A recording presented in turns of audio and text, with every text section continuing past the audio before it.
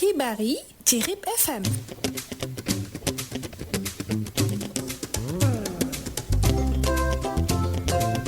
xibaar yi ci RIP FM. xibaar yi ci RIP FM. xibaar yi ci RIP FM. di nuyu auditeur ak auditrice bu rajo RIP FM tey rafetlu teewlu bi tey altine yembook ñaar fukki fan ak juróom-ñeent ci weeru sëtumba ci atum 2025 bismillah ci xibaar yi. Soxna Khadija. RIP FM. la ca gën a fës bokk na ci juróom-ñeenteelu édition bi ñeewal journée de consultation médicale gratuite maanaam bëccëg booy faju te doo fay dara lu ni mel nag ñoo amale ko woon ca Kër Seet Jaxu xalaat bi bàyyeekoo ci monsieur Tamsir Diagne bi le bëccëg nag ci lu tolloo ko téeméeri doomi aadama ñoo ca faju te fayuñ dara ñu bàyyeekoo ci gox-goxaan yu bëri dinañ ci ñëwaat ak Cheikh Ibrahima Thiam si la jotaay xibaar dinañ wax itam àddu benn jeune talent doomu Nioro di wuyu ci turu monsieur Ibrahima Diallo moom moomee di yëngu ci wàllum art plastique mu nekk lu mu bëgg lool waaye itam gëm ko mu amal nag exposition bu njëkk ci weekend bi ñu génn dinañ si ngeen ci ñëwaat ci mu gën a yaatoo dina fi jaar di ko nafas si xët bi ñeelu waa tàggatee mi si ànd ak saasu ne ak Babacar Ndaw altine bu nekk ñuy ànd ak Adama Seer mu ñuy jukkil xët bi ñeewal njàng meeg njàngale bi xibaari jaww ji moo daal di ndar képp yi la jotaay xibaar waaw ko li mooy ponk yi ngeen taaxil ñu faram fàcce xibaar yi ak Soxna Khadija.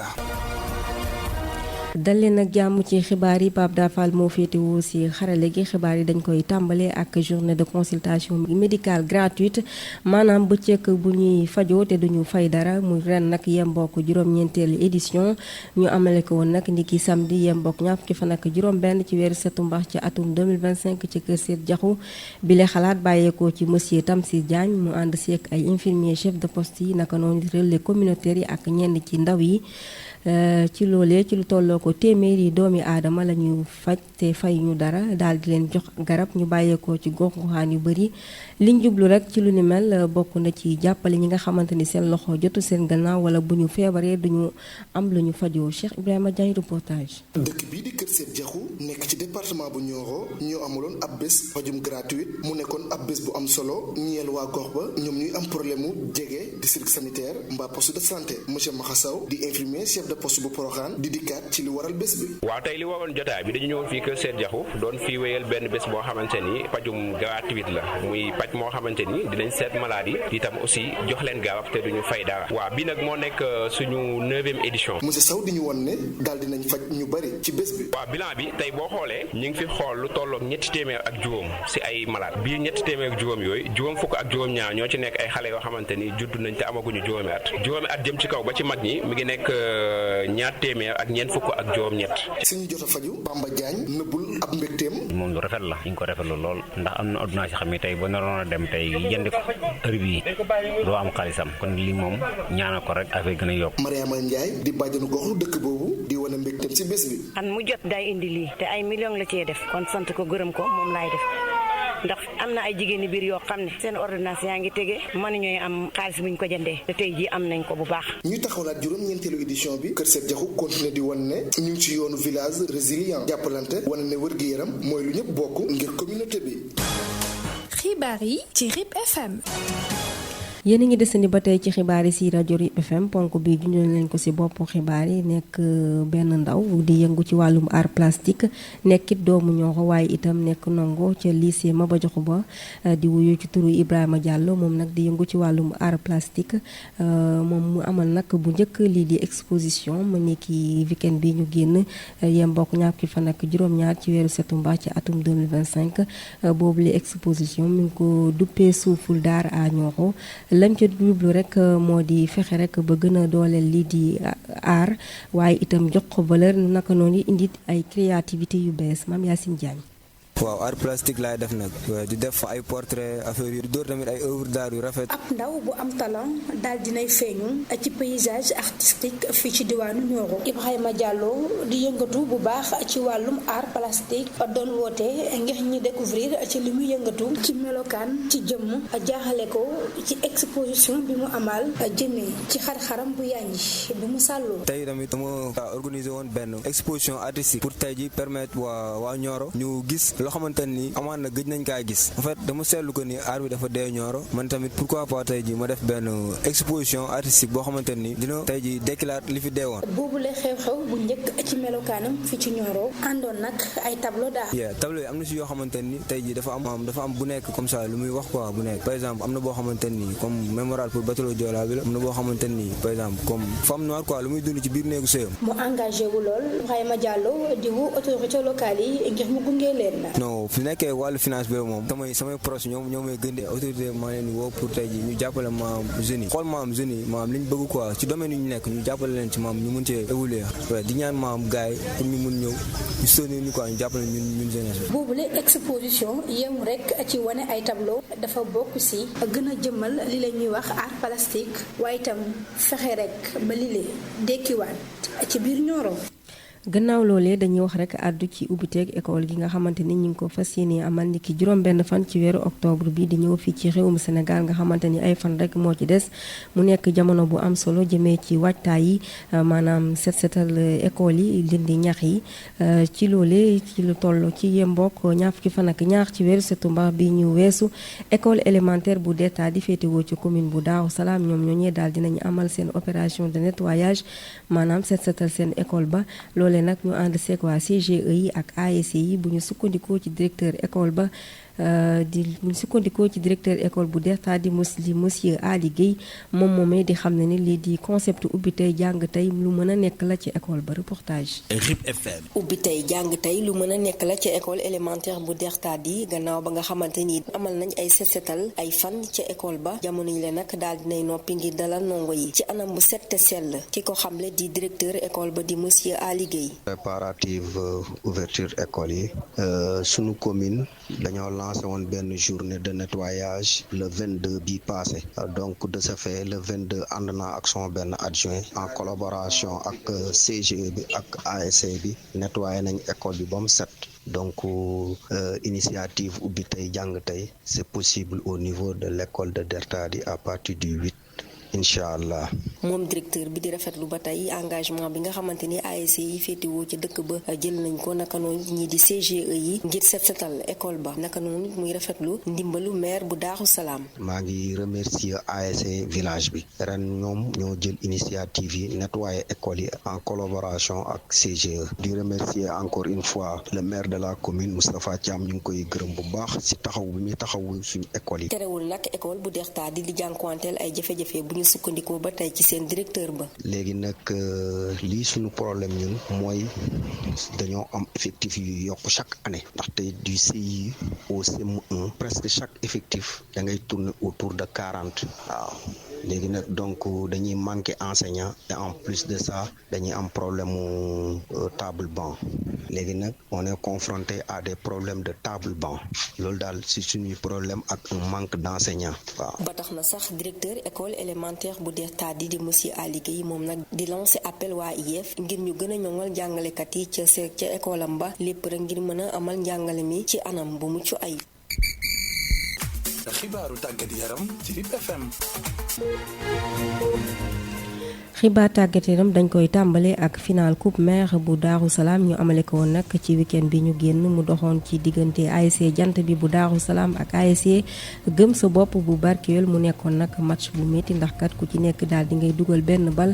ci loole ci la ñu amal nag lii di tiro bi ba ASC jant bi daal di jël ndam li ci kanamu ASC gëm sa bopp bu Barkeel ci loole mu nekkoon nag ab buntu ci madame Roxaya Sané nekk inspectrice des sports du département bu Nioro moom nag di féliciter ñaari équipe yooyu ci seen engagement waaye itam jàmm ji ñu wane ci micro Pape Dafal. Moustapha moo tolluwaayam moo mel noonu muy nit koo xamante ne dafa baax nit koo xamante ne dafay liggéey pour développement xale yi et surtout pour le développement du sport. waaw ni ñu ko gisee rek mooy dañu fagaru parce que bi ministre bi génnee benn arrêté ñu wax leen ne nawetaan dafay commencer à partir du 15 juillet jeex à partir du 15 octobre le gouverneur de la région du Kaolack daf ñoo oo ñun ñëpp ñu toog waxtaan ci jël suñu ay stratégie yoo xamante ne avant que démarre les navétanes dañu sensibiliser équipes yi les équipes du département pour xamal leen ne tel jour lay commencer tel jour lay jeex te aussi dañ leen ne buñ ci gisee benn violence préfet day arrêter nawetaan yi donc ñoom bu ñuy jouer ñu ngi xalaat loolu dañ leen sensibiliser bu baax te depuis boobu ba léegi wax dëgg yàlla li ñuy dégg ci yeneen localités yi déggaguñu ko au niveau du département de Nioro dañuy sant yàlla di ñaan yàlla mu lafal ñu cat ñu continuer noonu sans violence pour les nawetaan et j'en profite aussi pour wax leen ne dañu bëgg a delloosi valeurs yi parce que gis ngeen ne tey valeur Sénégal xale yi ñàkk nañu éducation léegi nag dañ ne retour aux valeurs thème yëpp dañ ne retour aux valeurs te tey retour aux valeurs defe naa sport dara gënu koo taxaw pour mu yar xale parce que tey sportif defe naa bu yaruwul rek nekkul sportif dafa war a am respect dafa war a yaru gëm boppam wax dëgg yàlla nekk un exemple dans son quartier donner le bon ton pour ses petits frères et petites sœurs et pour ses parents. xët bi ñëwul wàllum tàggat yaram dañ koy wëyal ba tey ànd seek Babacar Ndaw Babacar maa ngi lay nuyu. maa ngi lay fay di nuyu auditeurs yi ñuy déglu football qualification mondiale 2026 moom Pape Thiaw daal dina joxe liste bi nga xamante ni mooy dem semaine bi ñu jëm ni moom Sénégal nag dina xam fan yi di ñëw liste joueurs yi nga xamante ni ñoom la Pape Thiaw retenir pour deuxième ak dernière journée bu éliminatoire coupe du monde 2026 ñoom yooyu nag dinañ jouer seen diggante ak Soudan du Sud boobu fukki fan weeru octobre lay doon balaa ñu ko jeexale ak seen digganteeg Mauritanie boobu fukki fan ak ñetti weeru octobre foofu sa jam ñaajo bu mu doonee leader jiitu ci groupe B bi moom Sénégal nag dina viser ci jeexal parcours sans erreur objectif bi nag leer na pour Pape Thiaw mooy enchaîner ñaari victoire pour mën a considérer première place valider jeexalee ko si lu gën a rafet ci campagne bi nga xamante ni moom mooy à domicile si kanam public bi nga xamante ni ñoom la àndal. ñu wax si leneen muy premier tour préliminaire Ligue des champions africaine ginnaaw ba bu ko Colombe sportif dooree benn bal si dara moom Jaraaf bu Dakar daal dinañ ko éliminer Ligue des champions ginnaaw défaite bi mu am benn bal si dara démb si dimanche di digganteem ak Colombe sportif muy match bu bokkoon si premier tour préliminaire ginnaaw génération foot cette fois si Jaraaf bu Dakar moom lañ éliminé moo si topp nag ginnaaw bu mu amee résultat si aller bi mu def 0 bi baax ñoom waa Jaraaf nag ñoom dañ leen daal di bett foofu sa Stade Lat Dior pour Thiès si deuxième période bi nga xamante ni si liñ leen mujj daal di gagné Europe lañ jëm cette fois ci ak championnat yi résultats yi nga xamante ni am na fi démb sa Angleterre kii di Aston Villa dalal na Fulham dóor ko ñetti bal si benn Newcastle moom Arsenal moo ko fekk ñi dóor ko ñaari bal si benn bu fekkee sa Espagne la Liga bi Rayo Vallecano moom Séville moo ko fekk dóor ko benn bal si dara Elche dalal Celta Vigo dóor ko ñaari bal si benn Barcelone moom dafa dalal kii di Real Sociedad dóor ko ñaari bal si benn Real Betis moom it Osasuna moo ko fekk ci Real Betis daal di ko dóor ñaari bal si dara ginnaaw Espagne Italie lañ jëm si Serie A bi Sassuolo moom it dalal Linas dóor ko ñetti bal si benn kii di Roma ak Verona Roma moo ko dalal dóor ko ñaari bal si dara Lecce ak Bologne dañoo def match nul 2 bi partout kii di Milan dalal Napoli dóor ko ñaari bal si benn France la ñuy wutale cette fois ci Nice Paris FC dañoo def match nul 1 bi partout Lille ak Olympique Lyonnais moo ko fekk yi dóor ko benn bal si dara Metz ak Le Havre dañoo def match nul 0 bi partout Angers Stade Brestois 2-0 pour Stade Brestois Stade Rennais dalal ak Lens ñu def match nul 0 bi partout loolu nag mooy fi ñuy yemale seen xibaaru tàggat yaram di leen jox daje rek beneen yoon.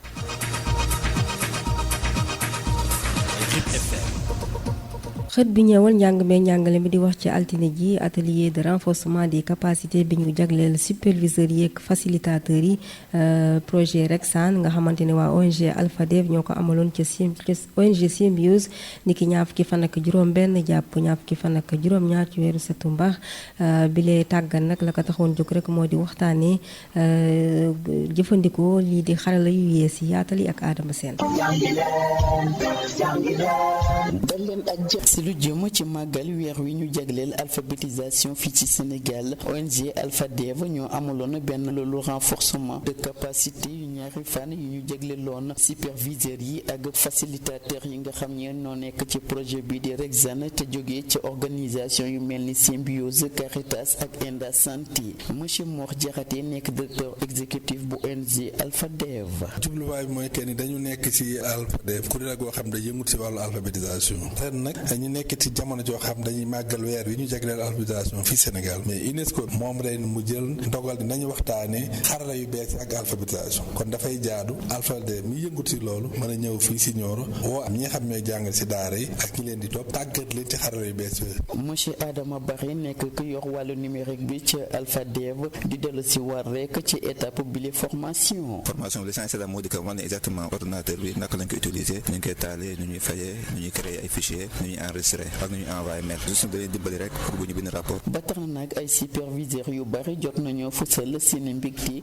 ginnaaw ba loolu ñaari fan yi jeexee. loolu tàggat bi ñu am 2 jours yi ak waa Alphadev ñu ñëw ci numérique bi dañ cee am contentement bu baax a baax parce que tàggat bi jëlee nañ ci xam-xam bu baax a baax a baax a baax a baax ni ngay manipuler machine yi ngay envoyer ni ngay saisir yooyu yëpp xam nañ ko fi. dina gën a économiser sa temps macha allah te dina it gën a jëmale liggéey bi fa nga ko bëggee. rax ci dolli nag directeur bu Alphadev di rafetlu bu baax a baax seen lëkkaloog bu dox ak waa ONG Symbiose muy xam ne na rek nekk na ab relation bu mucc ayib. waaw dañuy rafet lu baax a baax lëkkaloo bi ñu lëkkaloog Symbiose ndax dañoo bokk benn partenaire mooy Horizon 3000 donc di liggéey bu am solo looloo waral ñun ñi xam dañoo yore wàllu alphabétisation bi ñu am cawati gën lëkkaloog ñoom donc dinañ gën a yaatal liggéey bi ba lépp loo xam ne lu yokk xam-xamu ñi jàngale mais gën a également yaatal liggéey boobu si diwaan yi nga xam ne rek Horizon 3000 ma ngi fay intervenir. rax ci dolli nag directeur bu Alphadev di rafetlu bu baax a baax seen lëkkaloog bu dox ak waa ONG Symbiose muy xam ne na rek nekk na ab relation bu mucc ayib. Et aujourd'hui les conclusions auxquelles nous sommes arrivés tout à l'heure montrent que les buts ont été largement atteints. Nous sommes très très satisfaits. ba tax na nag moo jaxate di xam li ne rek ne objectif yi ñu fixé woon ñeel bile atelier de formation nag jot nañ leen atteindre si lu jëm ci wàllu renforcement de compétences ak mobilisation acteurs yi nga xam ne day fësal avancé bu jéggi dayoo bi nga xam ne nemmeeku nañ ko ci doxalinu projet bi di Rexane. loolu nekkoon seen page éducation bu ñu leen jagleeloon tey yi ñu leen di jox dig daje altine bi di ñëw. RIP FM.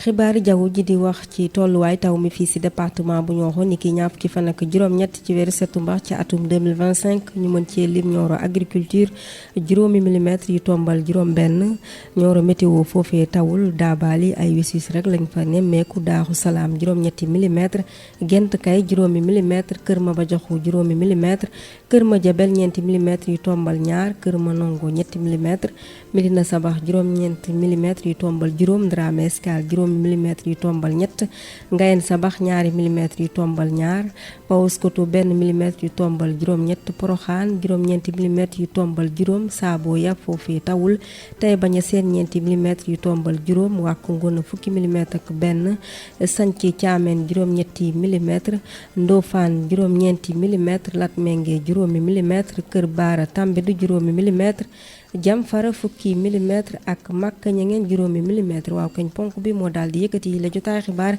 waaye laata boobu ngeen taaxal ñëwalaat leen ci li ci gënoon fës.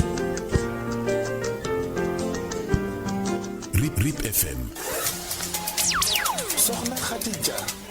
ci li ci gënoon fës bokkoon na ci juróom-ñeenteeli édition bi ñeewal journée de consultation médicale gratuite maanaam bëccëg booy faju te doo fay dara lu ni mel nag ñu amale ko woon ci kër Seet Jaxu xalaat bi bàyyeekoo ci monsieur Tamsir Diagne ci loolee ci lu tolloo ko téeméeri doomi aadama daal dinañuy faju te fay ñu dara ñu bàyyeekoo nag ci gox yu baree bari amoon ngeen yaatali ak Cheikh Ibrahima Thiam waxoon nañ itam àddu ci benn jeune talent nekk doomu Nioro di wuyu ci turu Ibrahima Diallo moom nag di yëngu ci wàllum art plastique mu nekk lu mu bëgg loolu waaye itam gëm ko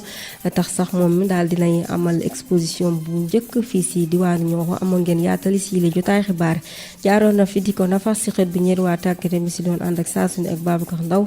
xët bi ñeewal njàng meeg njàngale bi si doon ànd ak Adama Sène xibaari jaww ji moo daal di ndar képpi la jotaay xibaar xat ji moo féete woon ci kàddu gi Pape Dafal si xarale gi ab si suuf si jàppandal gi ma leen di ñaanal jàmm te di ko sàkku ci yéen jërë ngeen jëf. RIP FM.